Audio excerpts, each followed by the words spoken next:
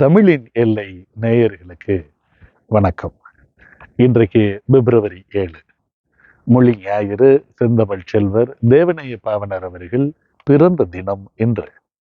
பொதுவாக பாவனார் அவர்கள் தன்னுடைய பிறந்த நாளை கொண்டாடுகிற வழக்கம் இல்லை. பிறந்த நாளை வைத்துக்கொண்டு மலிவான விளம்பரம் தேடக்கூடாது என்று கருதுகிறவர் தான் பாவாணர் அவர்கள்.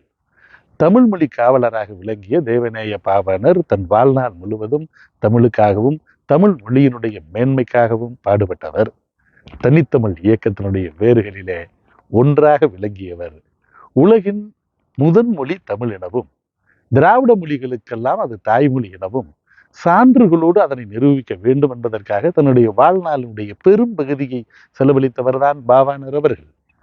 தமிழனுடைய பிறந்தகம் குமரிக்கண்டம் தான் என்பதை நிரூபிப்பதற்காகவும் தமிழ் மொழி பிற மொழி கலப்பின்றி தனித்து இயங்கக்கூடிய ஆற்றல் உடையது என்பதை நிரூபிப்பதற்காகவும் தன்னுடைய வாழ்க்கை முழுவதும் போராடியவர் ஐயா பாவாணர் அவர்கள். அந்த காலத்தில் வடமொழி, உருது மற்றும் ஆங்கிலத்தில் கலப்புற்று இருந்த நம்முடைய நடைமுறை தமிழை தன் வேர்ச்சொல் ஆய்வு மூலமாக அப்படியே பிரித்தெடுத்து நம்முடைய மொழியினுடைய வேரை தேடி பயணித்தவர் தான் ஐயா பாவாணர் அவர்கள். மறைமலையடிகளால் உருவாக்கப்பட்ட தனித்தமிழ் இயக்கத்தை தன் உயிரினும் மேலாக கருதி செயல்பட்டவர் தான் பாவாணர் அவர்கள். ஆங்கிலம், இந்தி, வடமொழி, தெலுங்கு, கன்னடம், மலையாளம், மராத்தி, அரபு, சீனம், ஜெர்மன் உட்பட 23 மொழிகளை, ஒரு மொழி 2 மொழி அல்ல 23 மொழிகளை கற்று தேர்ந்தவர் தான் நம்முடைய பாவாணர் ஐயா அவர்கள். அந்த 23 மொழிகளிலும் இலக்கண அறிவையும் பெற்றிருந்தவர் தான் நம்முடைய ஐயா பாவாணர் அவர்கள். தமிழ் தேசிய தந்தை என்று போற்றப்படுகிற பாவலர் பெருஞ்சித்திரனார் இருக்கிறாரே, அவருக்கு ஆசிரியராக இருந்த பெருமை உடையவர் நம் பாவாணர் ஐயா அவர்கள். இரவு பகல் என்று பாராமல், ஓய்வு கூட இல்லாமல் தமிழ் மொழி, இலக்கியம், இலக்கணம் ஆகியவற்றை ஆய்வு செய்து கொண்டே இருந்தவர் தான் ஐயா பாவாணர் அவர்கள்.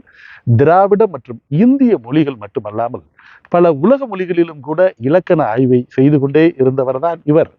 எந்த மொழியினுடைய சொல்லாக இருந்தாலும் அந்த மொழியினுடைய ஒரு சொல்லை எடுத்துக்கொண்டு அந்த சொல்லினுடைய மூல பிறப்பை பிரித்து பிரித்து ஆராய்ச்சி செய்து விடுவார் இவர்.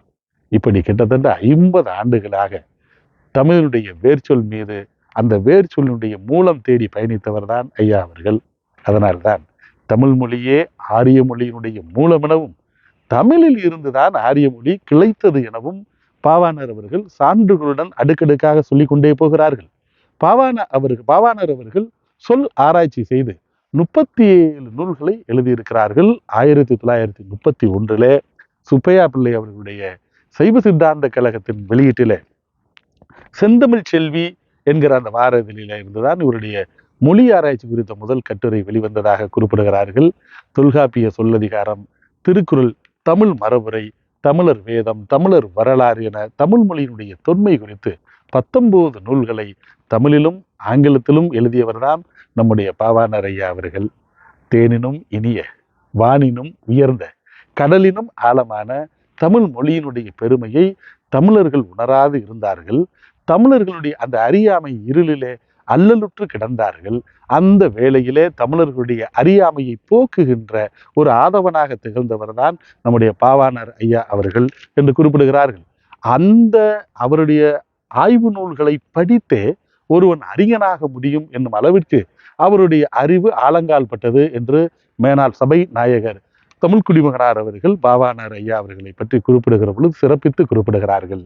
தமிழன்னையின் கண்களிலே வழிந்து கொண்டிருந்த அவல கண்ணீரை தமது எழுத்து வன்மையாலும் வலுவான இலக்கிய சான்றுகளாலும் துடைத்தெறிந்த தூய தமிழ் பெரியவர் பாவாணர் அவர்களுடைய வாழ்க்கை பயணம் குறித்து இன்னும் நிறைவடையவில்லை. அடுத்த காணொளியில் சந்திப்போம். அதுவரை கொஞ்சம் சிந்திப்போம் நண்பர்களே. வணக்கம்.